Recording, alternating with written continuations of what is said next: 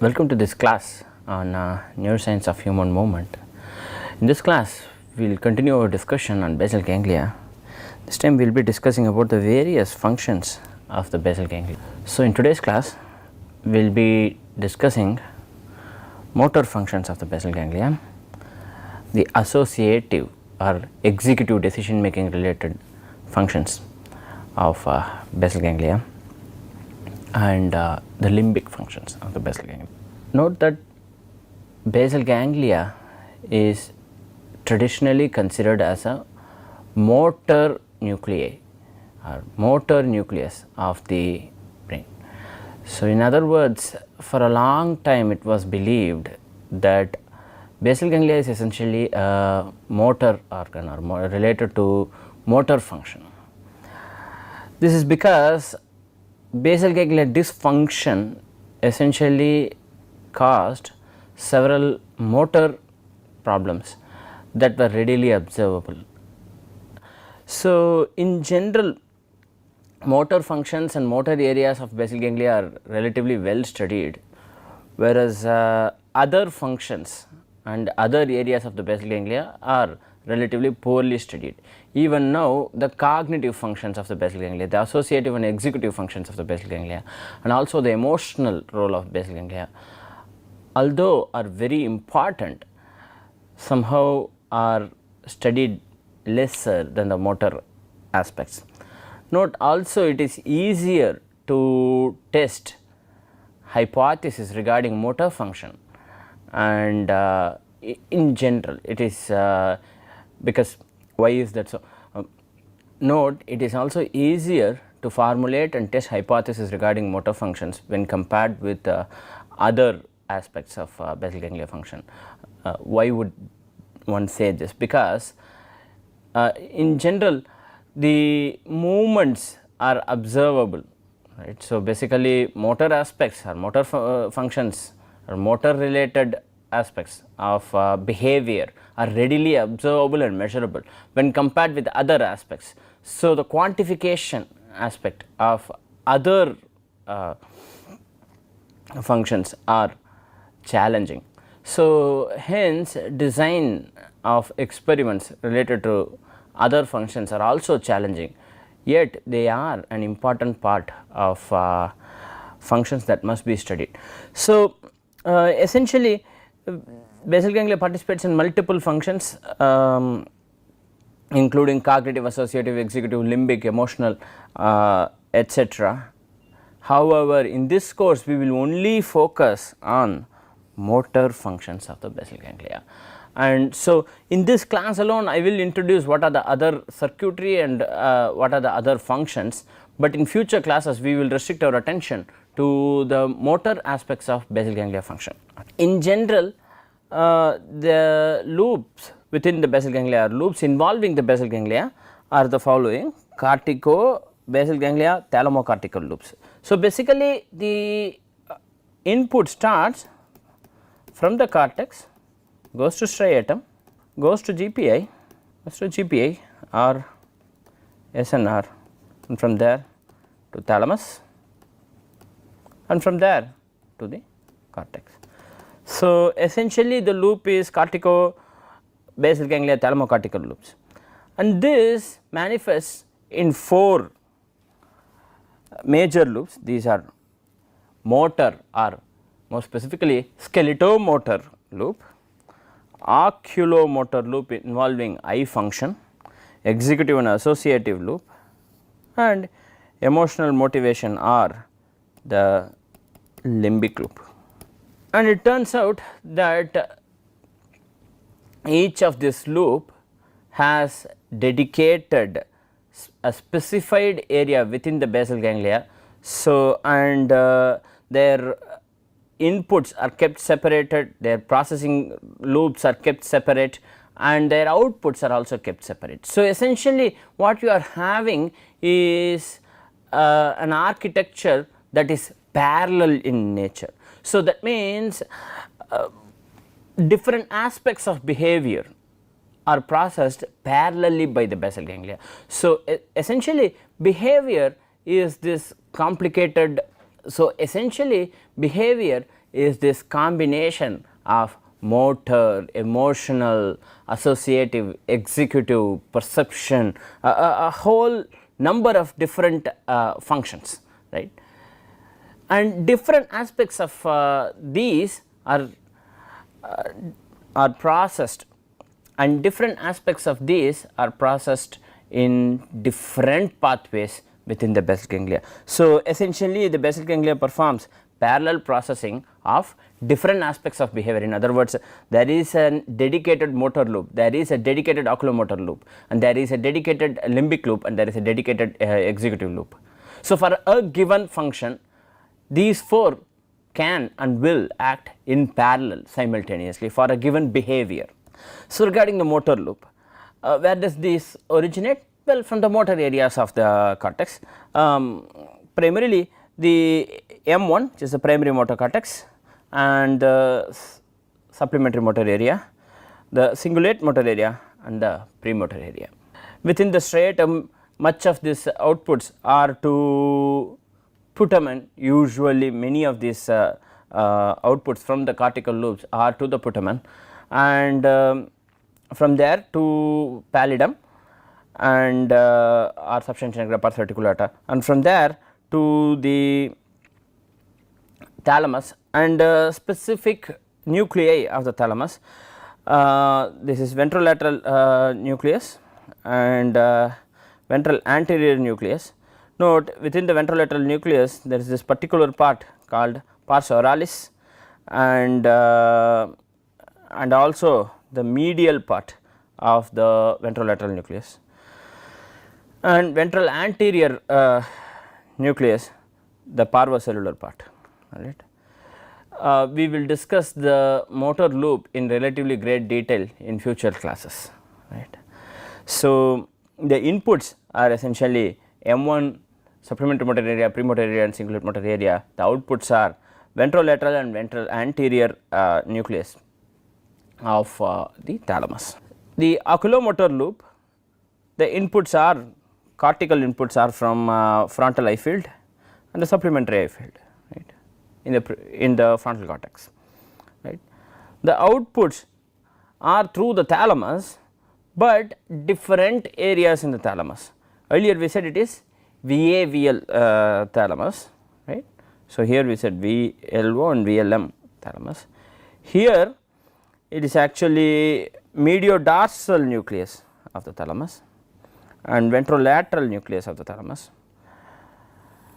This is an area that is shared with the motor loop, which is basically the ventral anterior nucleus of the thalamus in the parvocellular part, right, that one, that is shared with the skeletomotor area. So, the ventral anterior nucleus is present both in the oculomotor loop and in the skeletomotor loop. It is not necessary for you to remember all this terminology, which particular nucleus of the thalamus is responsible, but it is important for you to remember that different nuclei act as output nuclei from the thalamus. Basically, the reason why this is important is because there is segregation. It is important to understand the concept of segregated inputs are kept segregated in the processing loops, and the outputs are also segregated. So, this is the important concept to grasp. It is probably not important to remember every little detail and memorize the names of this. Of course, if you are interested, you can always try read about this and get more information.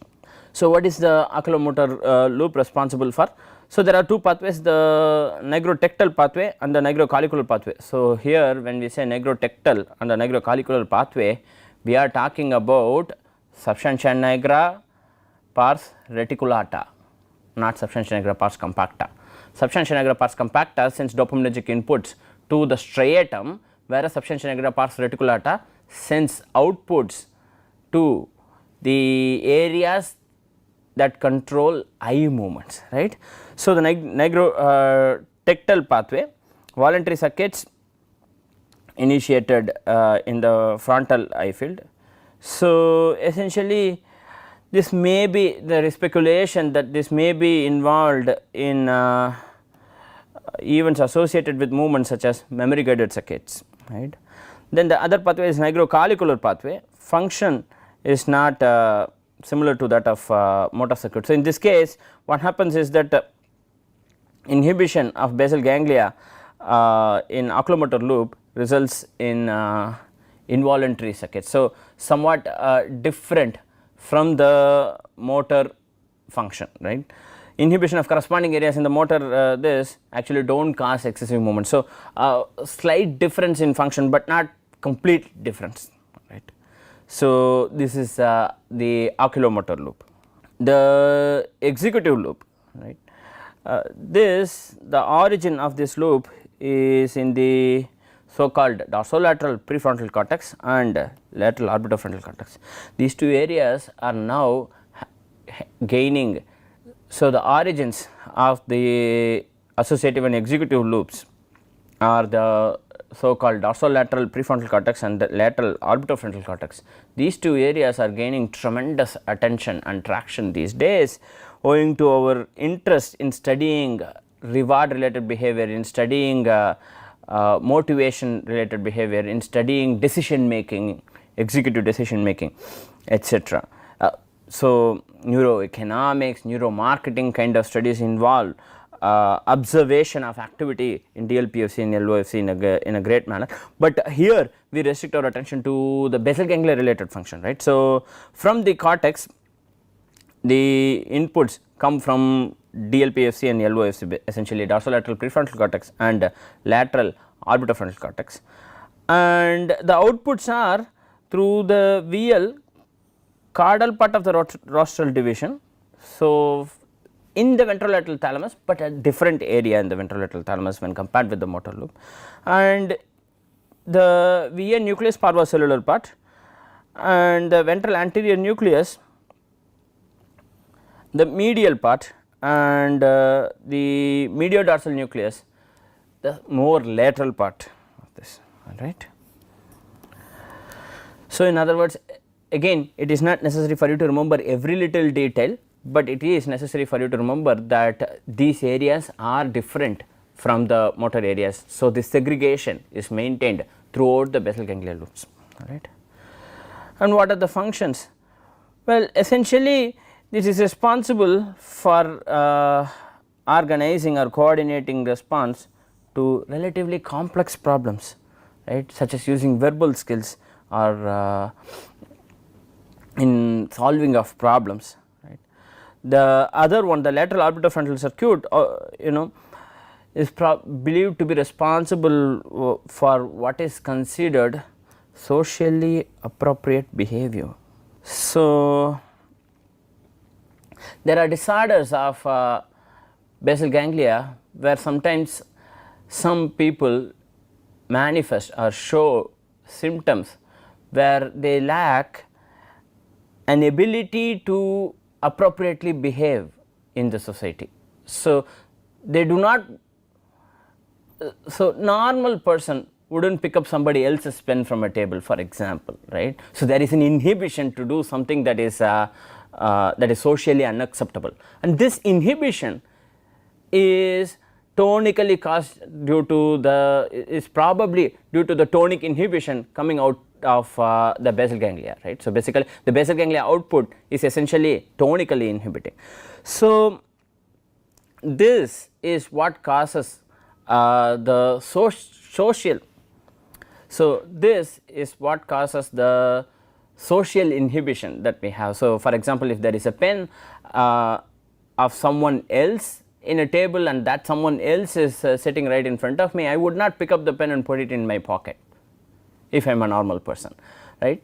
People with this disorder, for example, would not really have that inhibition. So, they will pick up somebody else's pen, they will do things that are considered inappropriate in a social occasion, right. So, again giving us insight about the important role of basal ganglia in behavior. So, then the limbic loop, from the frontal cortex the inputs come from the medio-orbitofrontal cortex, also from the anterior cingulate area, right. In the thalamus the outputs go from the the parvocellular part, this is an area that seems to participate practically in all the functions, right. VA parvocellular part is an area that practically participates in all the functions, right. And the medial part and the mediodorsal part of the thalamus. Note importantly, limbic loop receives input of course from amygdala, hippocampus, entorhinal cortices. Obviously, limbic loop receives inputs from the emotional brain, right. So, the emotional brain is the amygdala, right. So, a lot of function related to emotions is performed by the so called emotional brain, right. There is a book on this topic, those who are interested can read this book, you could Google for this, the emotional brain, right. So, obviously basal ganglia also receives inputs from the emotional part the emotional brain. Once again, the important function of the limbic loop is relatively poorly understood. So, what exactly is the contribution of basal ganglia to emotions is relatively poorly understood when compared with say the motor loop, right. So, for example, the ACA or the anterior cingulate area, right, is responsible for motivation related behavior. So, this acts via multiple inputs including ventral tegmental area and substantia pars reticulata. Again it may reinforce different stimuli to multiple areas of basal ganglia and cortex. So, again very little understanding of the limbic loop, but whatever is available is presented here. The loops involving basal ganglia are essentially cortico, basal ganglia, thalamocortical loops, and there are 4 functional areas: motor or skeletomotor areas, oculomotor areas, executive or association, and limbic or emotional. An important point to note is that regardless of which part of the cortex the input to the basal ganglia comes from, the output of the basal ganglia always goes to the frontal cortex. Important to note that the basal ganglia or the striatum receives inputs from almost the entire cortex except the primary visual and primary auditory cortex, but the basal ganglia output is almost always restricted to the frontal areas in the cortex, right. So, also note if there is extensive connection within the cortex, so more extensive the cortico-cortical networks, right. If the cortico-cortical network is more extensive between 2 areas of the cortex, in other words there is a lot of information sharing between one area of the cortex and another area of the cortex, and if these 2 areas of the cortex project to the basal ganglia, their projections overlap. If there is less projection from one area of the cortex to another area of the cortex and these 2 areas project to the striatum, then these 2 areas do not overlap or overlap less in the striatum. Okay. So, with this we come to the end of this lecture. We will continue our discussion in future classes. So, thank you very much.